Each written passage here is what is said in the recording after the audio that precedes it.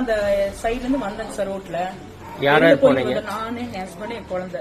எங்க போயிட்டு வந்தீங்க? வெளியில போயிட்டு வந்தாங்க சார். சுடிதார் எல்லாம் தைக்க கொடுக்க இருந்துச்சு.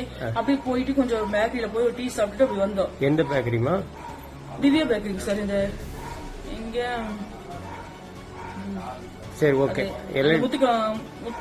ராவுத்தர் பிரிவு அங்க.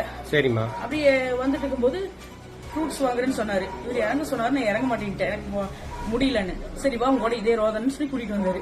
இப்படியே பண்ணாதுன்னு நான் சொன்னேன். உங்க வீட்டுக்கு மட்டும் நீ தாங்குற, இப்படியே பண்றேன், இன்னும் ஒரு ஓட்டர் கூட்டிட்டு போறேன், சினிமா கூட்டிட்டு ஒரு சாதாரண மேட்டர் தான்.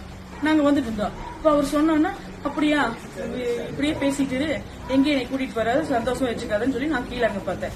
அதுக்குள்ள பையனும் அவர் என்ன பண்ணாரு, கீழே இறங்கி நீ வீட்டுக்கு போனேன்னா பெரிய இஷ்யூ ஆயிடும், நீ வான்னு கூப்பிட்டாரு. நான் வரல, நான் கிளம்பி போறேன்னு. அப்புறம் காருக்குள்ள புடிச்சு நீ முதல்ல வா உள்ள, நீ என்ன பிரச்சனை பண்ணாத, வீட்டுக்குள்ள போய் பேசிக்கலாம் அப்படின்னு சொன்னாரு. நாங்க அவர் ஒரு அடி அடிச்சாரு. நான் திருப்பி உன்னை வச்சேன், நான் வாங்கணுமா உங்ககிட்ட அப்படின்னு.